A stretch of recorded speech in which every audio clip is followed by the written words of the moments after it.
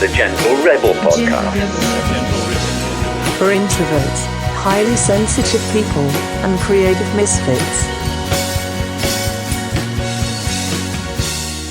Hello and welcome to the Gentle Rebel Podcast. My name is Andy Mort, and this is a weekly show committed to help unite your inner stoic and your quiet sensitivity so that you can design a rewarding, creative life and change the world from the inside out without getting too overwhelmed. So, this week, grab yourself a cup of your favourite coffee, settle down for this episode of the Gentle Rebel Podcast, because I am joined by Erick Cloward of the Stoic Coffee Break, which quickly became one of my favourite podcasts after discovering it earlier this year and exploring some of the kind of ideas around Stoic philosophy.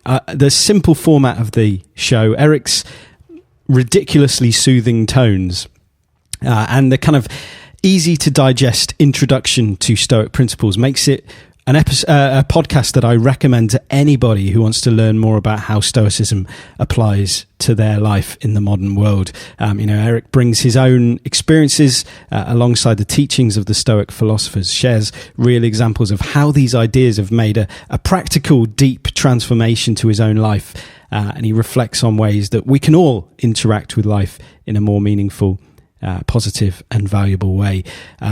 It's the practical nature of Stoicism is what drives a lot of his podcast, and it's why I've been drawn to Stoicism myself. It's not just a series of kind of abstract ideas and theories, but it's actually, rooted in really tangible ways of approaching real life situations and experiences in a way that brings more joy, brings more value, brings more meaning to our experience on a day-to-day basis. I've learned a huge amount from my chat with Erick. I was so glad to be able to cover some very interesting ground, which I will share kind of the direction that the conversation went in just a second, right after this. If you enjoy this podcast and you'd like more, there's a simple way to show support. It takes me loads of hours each week to make sure that every show's complete. I love to write, record and share, and it's really nice to know you care. The best way, and it don't take long, is to become a Patreon. So visit andymott.com/Patreon. There are 4 levels you can choose from. Each one unlocks a ton of fun. If you become a Patreon, I'll say your name at the end of this song. Visit andymott.com/Patreon. Patreon. And yes, I do have a name to say at the end of that song. I've got a shout out to make this week to Gregory Blaylock. You're a wonderful man. Thank you so much for patronising the show. Wait, that doesn't quite sound right. Never thought about those two words being similar or of the same origin. Anyway, really appreciate your support, Gregory. Absolutely fantastic to have you on board. If you would like a shout out in a future episode of this show, then head to andymort.com/Patreon, Patreon. And you too can patronise me. Okay, onwards into this week's interview. Really excited to share this with you, not least because Erick has literally the most soothing voice you can imagine. That's one of the reasons that I love his podcast, the Stoic Coffee Break. It's just like a kind of velvety rabbit nibbling your ears. I get on very well with it. It sits nicely in my ears. In the interview we cover stuff like how Stoicism has changed Erick's life, why recording a daily podcast accelerated his growth and learning, even at the expense of being quite a big challenge. How he comes up with fresh ideas to talk about in each episode, given the sheer volume of episodes that he's been putting out. The interaction between emotions and Stoicism, and sensitivity and that kind of stuff. The habits and rituals that help Erick sharpen his saw every day. The dangers of getting caught up in dogmatic discussions about being good Stoics. That was something that I found very interesting. The idea that the internet just breeds this kind of desire to kind of debate and talk about stuff, and how we can end up getting so distracted by talking about how to be a good Stoic that you just forget to actually apply any of it. And in the kind of discussions about being a good Stoic, you kind of flout some of the principles of being a good Stoic. So the ironies and the hypocrisies, I always like to get into those sorts of things. And then, Erick's hopes for the future of the Stoic Coffee Break podcast. Really interesting. Really excited for you to hear this. Let's get into it.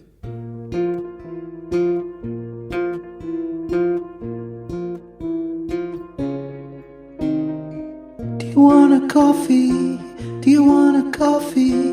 Do you want a coffee and to talk about philosophy? Do you want a coffee? Do you want a coffee?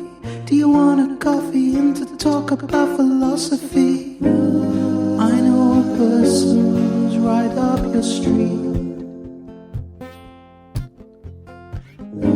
His name's Erick Cloward, I'd like you to meet. And then we'll get a coffee, get a coffee. We'll get a coffee and then talk about philosophy. We'll get a coffee, we'll get a coffee. We'll get a coffee and then talk about philosophy.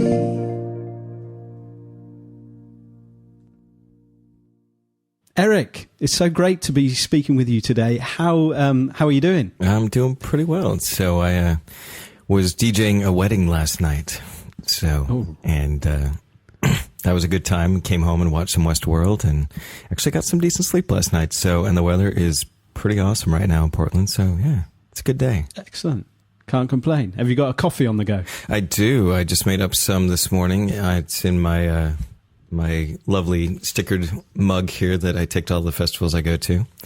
But yeah, so I got some coffee. I found coconut cream is the magic to making really good coffee. Okay, so what? How do you make your coffee?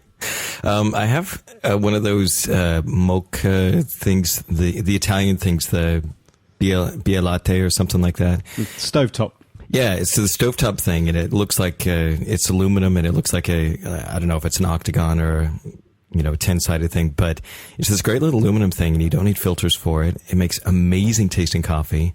I get this one called Kauai. It's from Hawaii. It's fairly inexpensive, but it's super yummy. It's got a coconut flavoring to it. And then I put in coconut cream, a little bit of cinnamon, and then the rest is like almond coconut cream, and it's really, really tasty. Okay, I'll have to try that.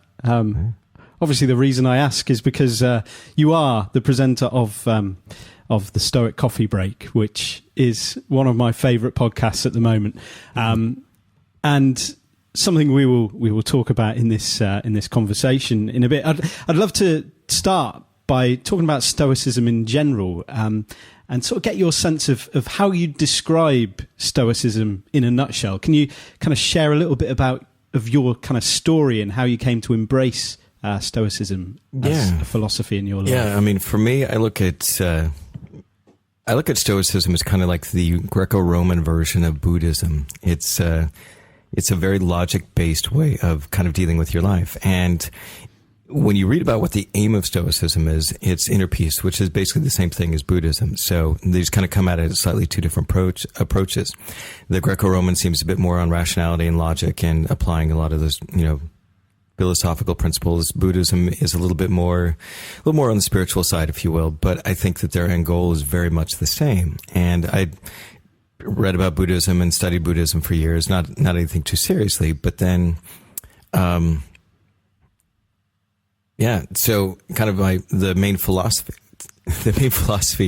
points that I see in Stoicism is that like I said, it's a very rational approach to life. It's a framework for not being ruled by your emotions. And I think the two biggest ideas for me are, first, understanding it is that there's so little you can control in your life, and you need to make peace with the things that you can't.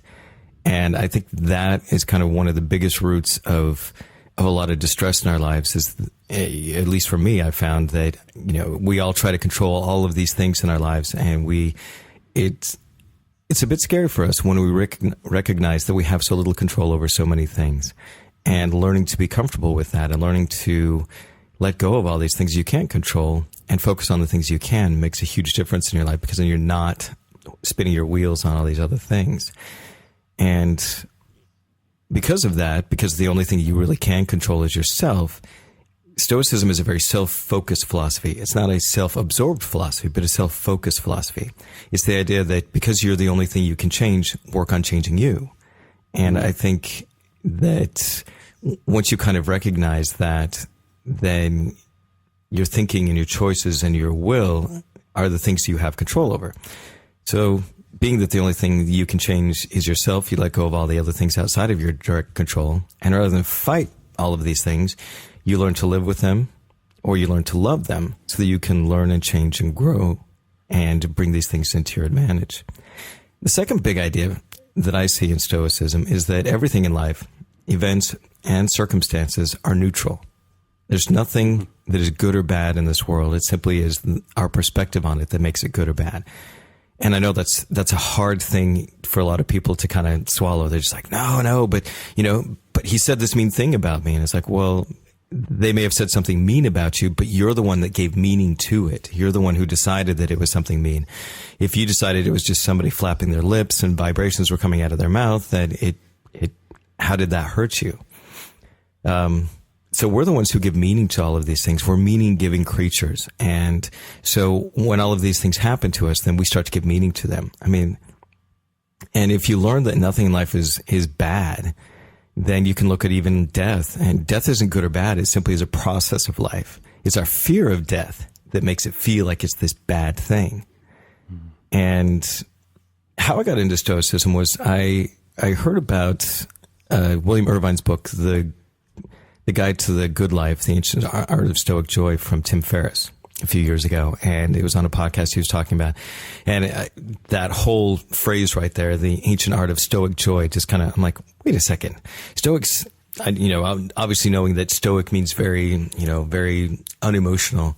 I'm like, how can you have joy if you're that unemotional? So the paradox kind of like stuck with me. I'm like, okay, if Tim Ferriss is saying that this is what controlled a lot of the chatter and all the crazy stuff going on in his head, that's something that would work well for me.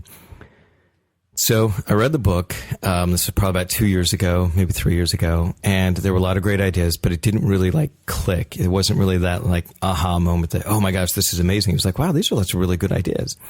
And then a few years later, I was looking through Audible, and I saw that pop up again. I'm like, I should really listen to that again, because I was listening to more books at that time.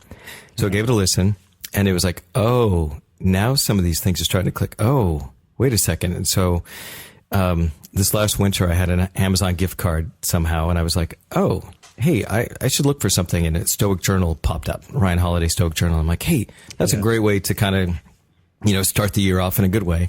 So I bought that, and I started journaling every single day starting the new year. And I'd always wanted to start a podcast. I'd tried a couple before, like on music and some other things, and just was so hypercritical about it that I couldn't get over that hump to actually get it going. So I'm like, I got an idea. I will do a 5-minute podcast every day.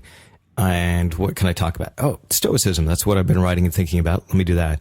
And so I started posting that. And then after a while, it just kind of took off. But I found that daily practice was really, really helpful. And that kind of cemented a lot of those ideas and kept pushing me forward until where I am today. So, yeah. Excellent. Yeah. It's such a fascinating thing. You talk about the kind of reading that book originally and things not quite landing as they did later on. Like, I get that experience all the time. The seed gets sown, and then you come back to something and it's like, now it's clicked. Now it makes sense. And now I understand it in a completely different light, and it, it's come at the right time and stuff like that. It's really, it's cool. So are there kind of any notable differences that you've kind of witnessed, or other people in your life have witnessed, between before you discovered Stoicism and kind of where you were at the moment? Yeah, the biggest one for me was definitely anger. Anger was something that I've had a hard time with throughout my life. So I grew up in a very angry home. My dad was very physically abusive when we were younger, and then later on, when we got big enough that he couldn't really push us around as much, still very verbally abusive, and just lots of anger. And so I didn't really know how to deal with anger in a very good way. So that's something that would always kind of blow up. I'd just be like, I'd put up with something, and then just blow up, and I'd be angry. And half the time it was really frustrating because I couldn't really express what it was I was angry about. I just knew I was angry about some of these things. And I'm sure that didn't help in my first marriage. So I was married once before and got divorced back in 2006. And looking back on it now, I'm like, wow, I was a really difficult person to live with back then. But yeah, being much more in charge or in control of my anger and understanding where it comes from. And usually it comes from trying to control things.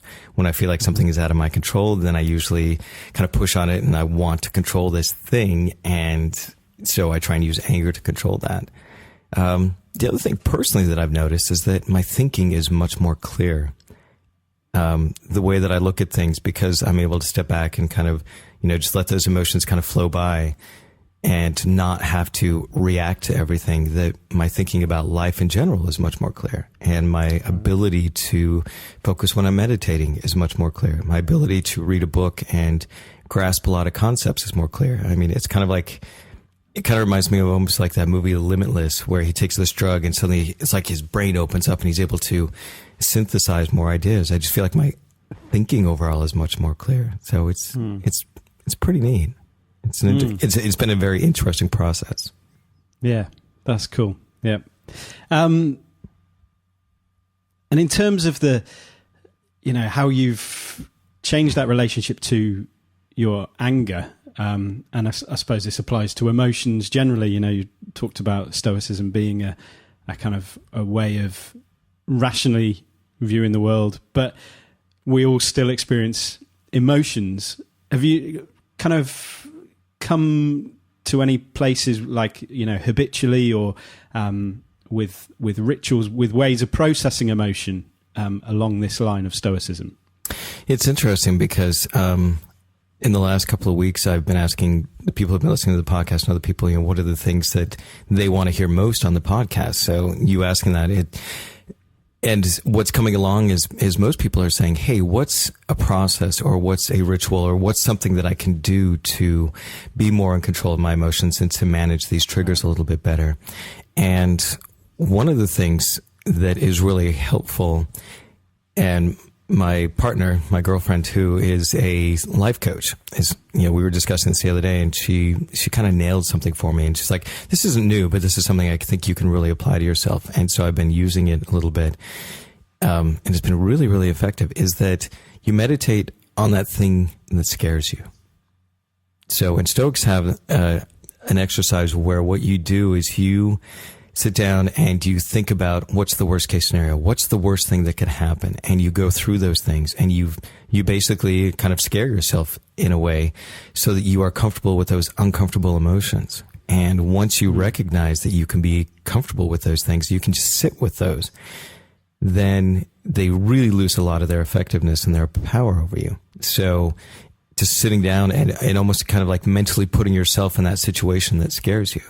And like for me, when we get in a fight, oftentimes it's because she's disappointed or annoyed with something I'm doing, and my brain immediately oh no, she's disappointed, she's annoyed. Oh my gosh, what's going on here? And it's like I figured it out a while back that I have this fear reaction to it, which in some senses makes no sense. But growing up with a father where annoyance and disappointment was the first step to getting beat, you immediately spark that fear reaction. And so for me, it was understanding that fear reaction and meditating on that fear and just being comfortable with that uncomfortable feeling.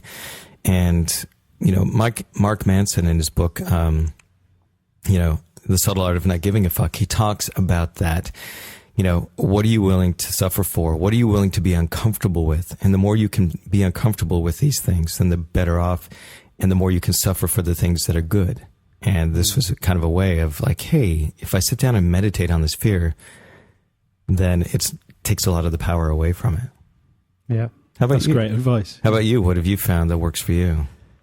I think just reflecting, putting space between the stimulus and the response is obviously a big thing in terms of almost just viewing any situation that evokes an emotional response in me, to just sort of ask myself, what's going on there? What am I feeling? And I suppose honouring the feeling to start with, not saying I shouldn't be feeling anything, and then just sort of putting it in perspective. And then I think creativity has been a huge help in terms. You talked about journaling, doing the Stoic journal. Having practices that I know I'm going to be able to process emotions through. So journaling at the start of each day. I'm a songwriter, so I use music in that way. Just I suppose not giving space to not need to react immediately to whatever it is that's in front of me. And I think, especially in the kind of world today, there's a tendency in people to react like straight away, like with social media. Absolutely. Twitter is the perfect like microcosm of reactionary behavior. Exactly. Where I don't think we've had that so much in the past, when you can broadcast a reaction immediately before you've had that chance to sort of just let the pressure diffuse a little bit and not not go for it full throttle. So yeah, a few things really. Yeah, no, I can agree with that. I think somebody should make a thing on Facebook or Twitter that basically you can have you have to schedule any tweets that you do for like at least a half an hour in advance. A cooling off period. Exactly. Yeah. So are you sure you want to send that? Are you really sure? Are you 100% sure that this isn't going to destroy your life? Something like that. Yeah. That would be a good app. Yeah. There we go. We now have our $1 million startup. There it is. Yeah. Cool. So to sort of get into the podcast, you've mentioned it a little bit, and you've talked about it being a daily thing. I think that's the thing that's sort of blown me away with it, is your ability to keep up with such a frequent publishing schedule. What inspired you to kind of go for it at that level, and how have you found keeping up with it? Well, actually, that's the thing. I slowed it down to a weekly schedule over the last little bit, because doing that, I did 137 episodes in a row, one every single day. And it, as you know, editing a podcast and recording it and all of those things that go along with it, and then publishing it, getting all of that stuff out there, it takes about 2 or 3 hours minimum, and that's just for a 5 to 7 minute podcast. So I reached a point where I was starting to burn out. And I just said, you know what, I've got to take some time off here. And I took about 2 months off, and it was hard, because there was that part of me, because I'm a bit of a people pleaser, was like, oh no, people are going to be upset that I'm taking this time off. And my girlfriend was like, so what?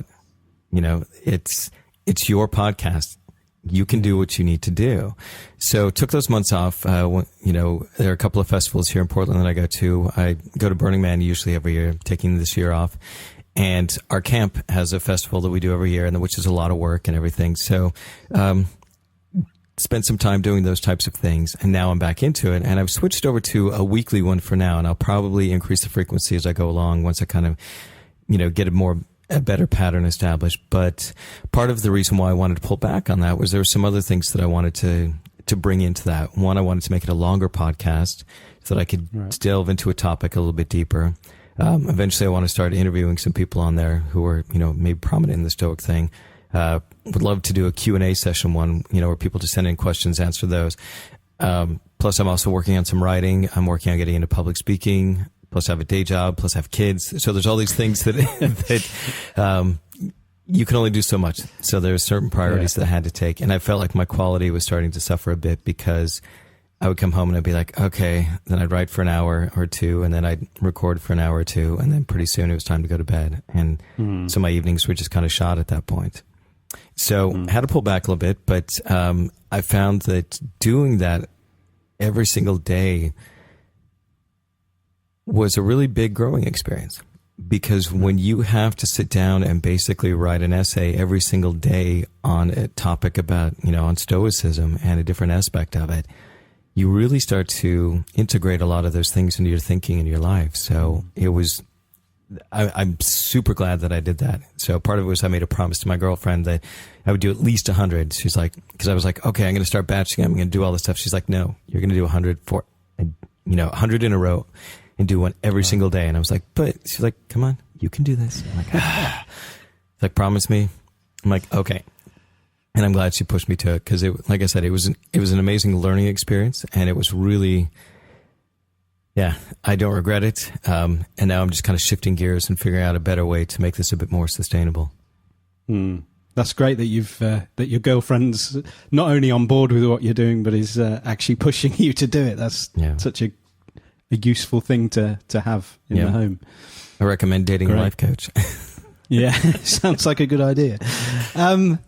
In terms of like coming up with the topics to talk about, keeping it up for that length of time, do you find it easy to kind of come up with that inspiration? Where do you find those topics?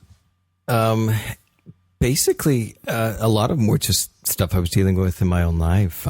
Me and my girlfriend have a fight about something, and I would go down and I'd sit and write about that and get some of that anger out and be like, okay, now I need to start thinking about this. Why am I acting this way? How can I work around these things? And so a lot of it was just kind of searching for my own solutions to things, going, wow, I'm really struggling with this thought and with this idea.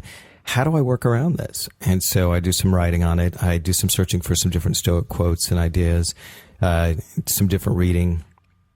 And doing that definitely helped to, one, help me kind of, change my thinking around a lot of these ideas. And then once that happened, then I was, that would oftentimes become an episode or maybe multiple episodes. And other times I'd just be finding quotes and I'd just be like, oh, this is a great quote. Let me put that aside. And I want to write on that topic because I really liked that idea. So mostly a combination of that. Other times it was, people would just ask me, it's like, hey, I'd like to hear a podcast about this idea. And I'd be like, okay, let me see what the Stoics have to say about that idea and go out and find that. And that worked out pretty well. It's quite good that you have the Stoics that you can go and delve into and say, what do you think of this idea? You're not having to come up with stuff on your own. Yeah. And that's the thing, is that these ideas aren't, obviously they're nothing new because the Stoics were around 2,000 years ago or so, but they're almost like universal truths because, like I said, the Buddhist philosophy is very, very similar to this, just a slightly different approach, but a lot of the same ideas. They talk about attachment being, the point of all suffering, and attachment, if you flip it over the Stoic side, it's a control. Same kind of thing, that trying to control things you can't, being attached to things that are outside of yourself is kind of the Buddhist thing. And so on the Stoic side, it's trying to control things outside yourself. So slightly different language, but a very similar idea. And the outcome is pretty close to the same. Yeah.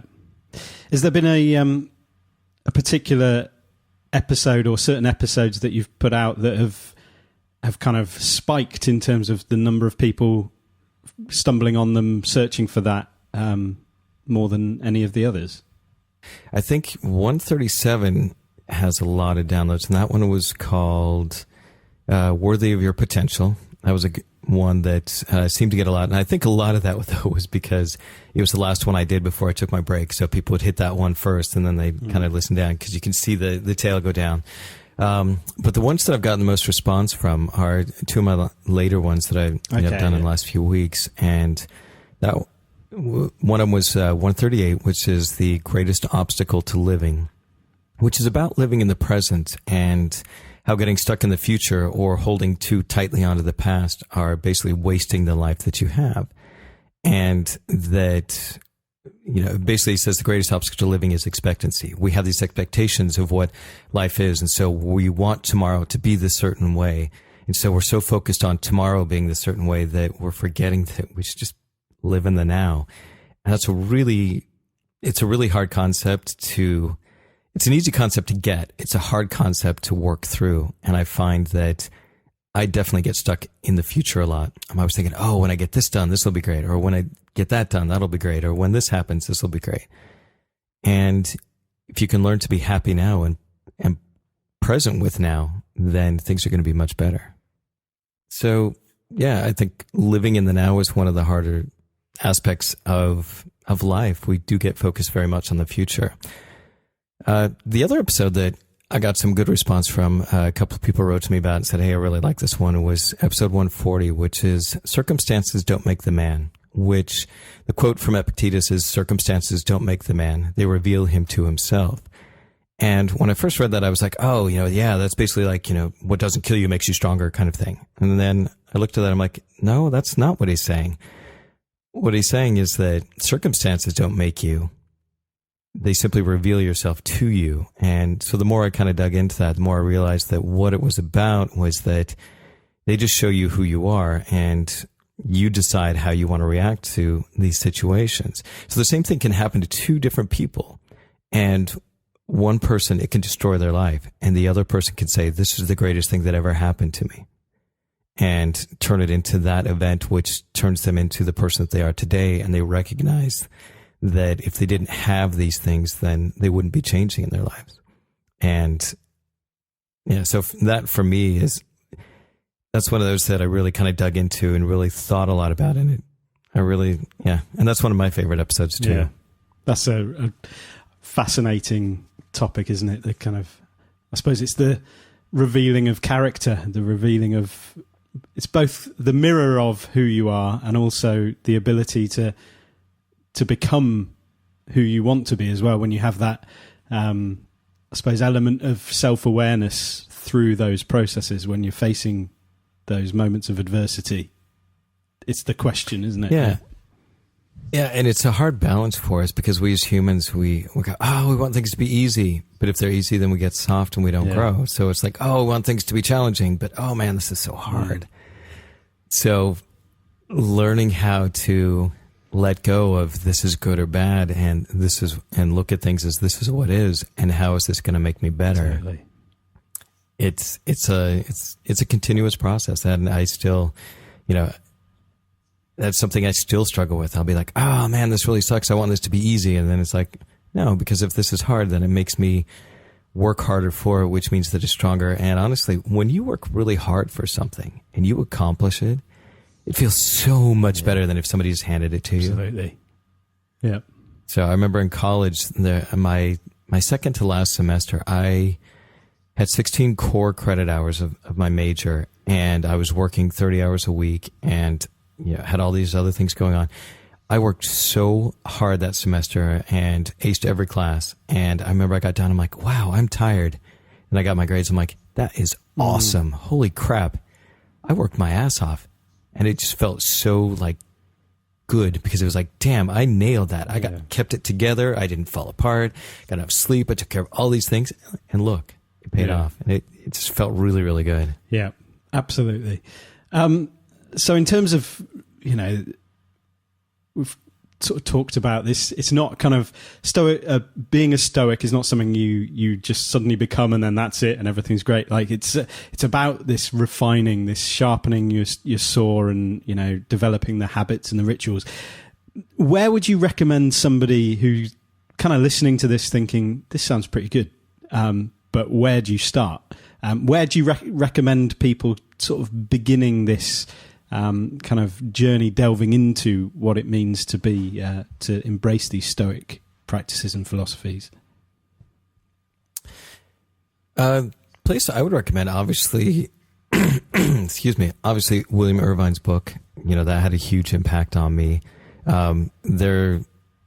And what I like about it is that it makes it really accessible. So if you have a hard time reading some of the older texts, because obviously they're all open source, if you will, or, they're open commons at this point because they've been dead for, about 2,000 years. So, but Marcus Aurelius's Meditations, anything from Epictetus, anything from Seneca, those are the big three in Stoicism. Those are definitely going to be worth it.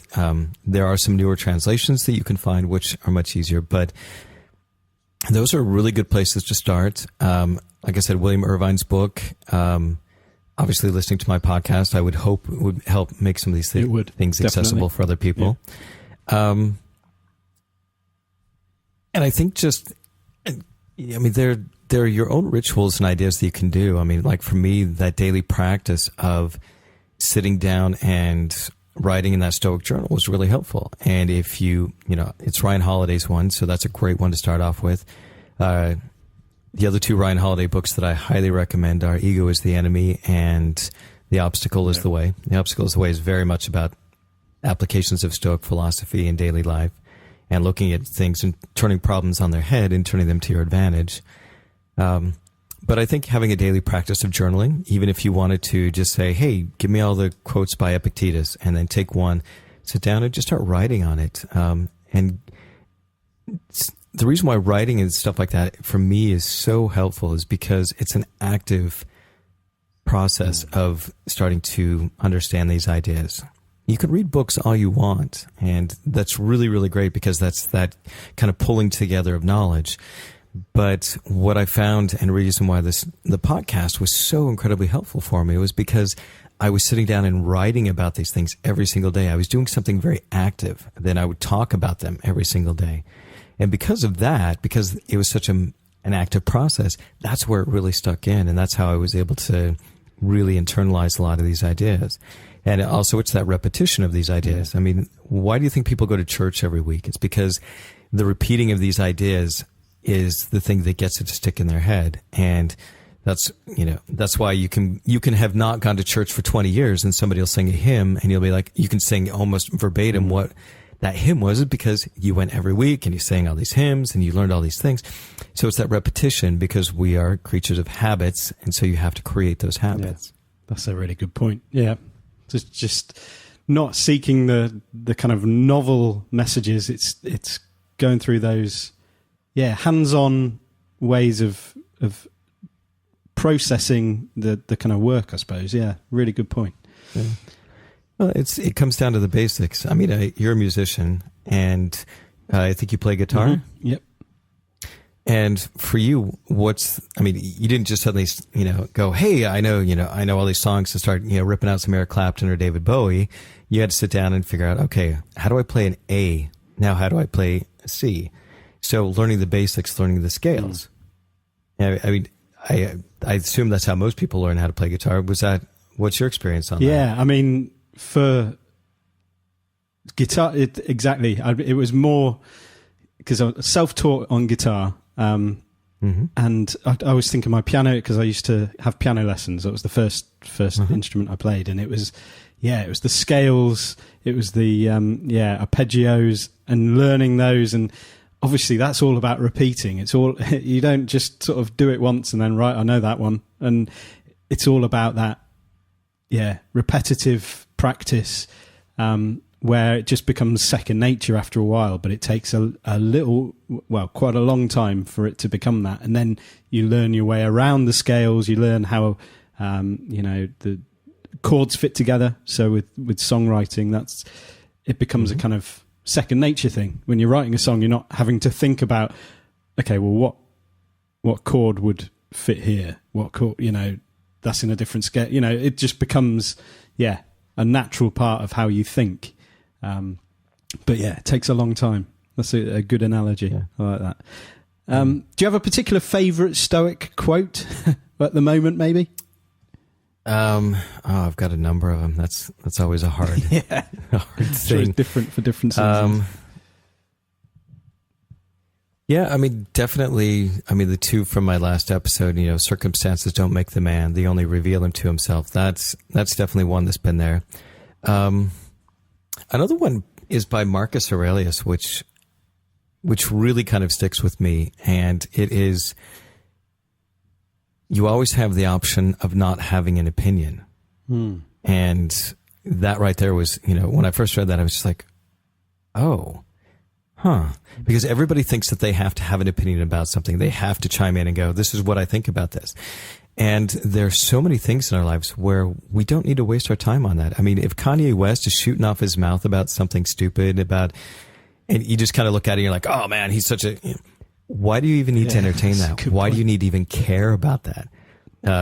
who cares, what Kim Kardashian said last week? I mean, there's just so many things that we spend our mental energy on that we don't need to, that simply, are frivolous and have no worth in our life. And so why would we spend our mental energy on that? Why not spend that mental energy on, thinking about how to be a better father or a better friend, or, how you can, maybe write a better song. There's all kinds of things you can spend that mental energy on. So not wasting your time and not having to worry about all these other things that have absolutely no impact on your life whatsoever is very freeing. Yeah, that's a very liberating thing for anybody to hear, I think. Yeah, again, we're coming back to that. Everybody reacts to everything. Everybody has to have an opinion about stuff. And and you got people just plowing their energy into things that you really, if you take a step back and think about it, you don't care about that at all. But yeah, I like that a lot. Just to finish, if I might be so bold as to kind of look to the future. I know it's not a very Stoic thing to do, but do you have a particular vision for where you want to take the Stoic Coffee Break into the future, and in a more general sense, given the kind of resurgence of interest in Stoicism, and I'd say the state of play in our crazy culture right now, what do you think is the immediate future for Stoic philosophy in our modern world? As far as the podcast goes, right now, like I said, I've switched over to a weekly one, and it's possible I may do more episodes as I go along and kind of hit my stride on that. And, hopefully at some point I would love to turn this into more of a full-time venture. People have been supporting me on Patreon, which has been fantastic.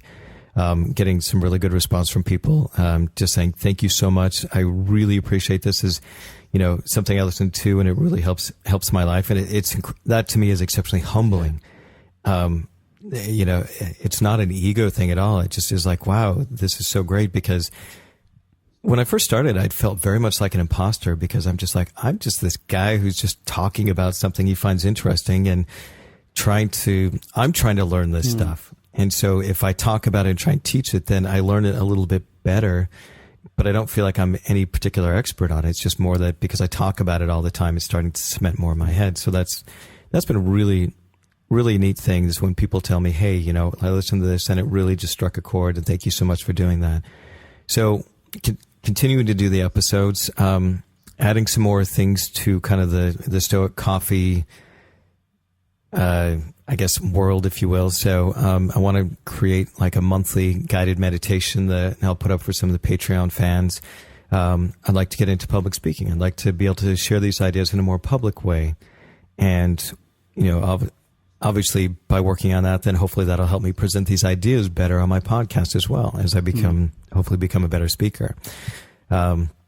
Would like to have probably about ideas for 5 or 6 different books that I'd like to write down on different ideas of Stoicism. I'd like to write one about how to be fearless in life and getting over that fear.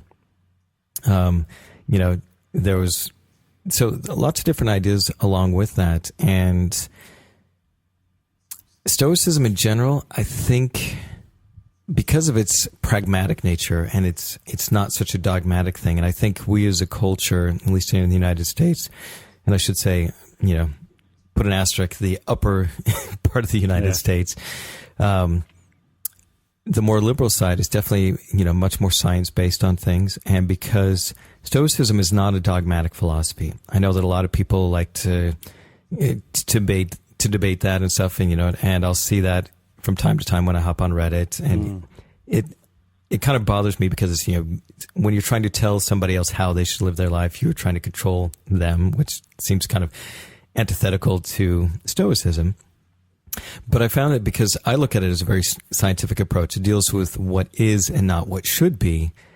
And it's about what works and learning to face the world with kind of that calm in the middle of the storm. And I think that those ideas are starting to click with people, because, like I said, Stoicism is a very self-focused philosophy and not a self-absorbed philosophy, that people start going, oh, I'm a lot happier when I quit trying to change my partner. I'm a lot happier when I quit trying to change my children or change my parents.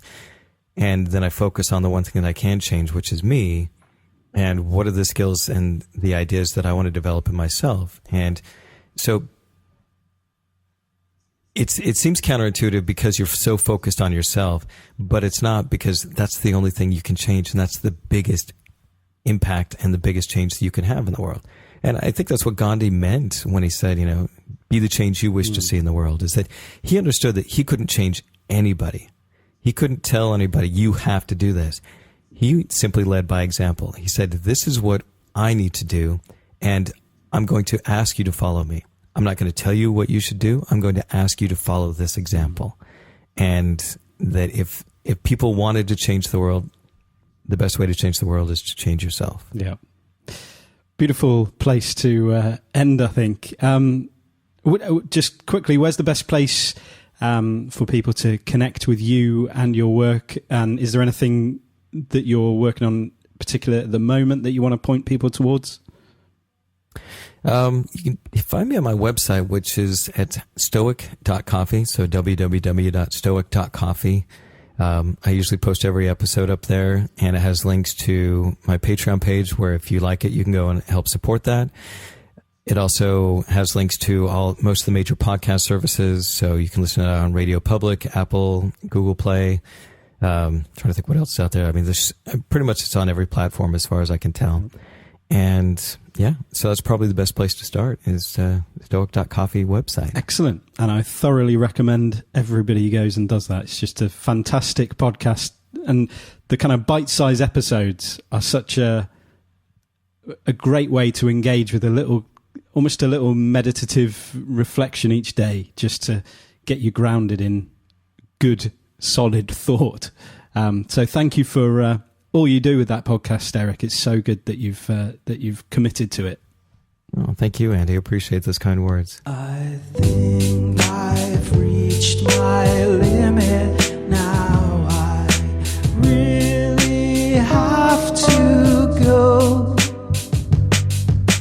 Please don't try to follow me, 'cause I need to be alone.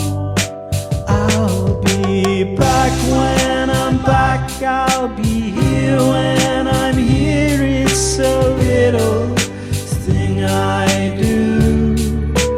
I'm not being antisocial. It is nothing to do with you. You know I still love you. Thank you so much to Erick Cloward for taking the time to chat with me for this week's interview. I hope you enjoyed that conversation. If you want more Stoic inspiration and that velvety rabbit nibbling your ears on a regular basis, then go and check out the Stoic Coffee Break Podcast. You can find it at stoic.coffee. They're one of the most easy to remember URLs that you can imagine. So yeah, thank you so much for listening today. I'd love to ask you a big favor just before we go. The best thing that you can do to support the podcast, other than becoming a patron, other than patronizing me through Patreon, is to rate and comment on the show in your chosen podcast application, wherever you listen to this podcast, whether it's Apple, Stitcher, Google, or whatever. If you take a quick minute to search for the Gentle Rebel podcast there, leave a quick 5-star rating, that would be amazing. It just helps to kind of get this show and previous episodes of it into more of the ears of people searching for help and support with these topics that we explore each week. Be very grateful if you could do that. It'd be amazing. All right. Well, I'm going to leave it there, and I'm going to be back next week with another episode of the podcast and another interview. I'm piling in the interviews at the moment.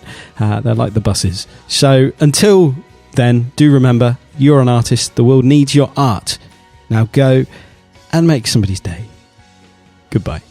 Angels in disguise, we can be, we can be, we can be, we can be, we can be, we can all be angels in disguise, we can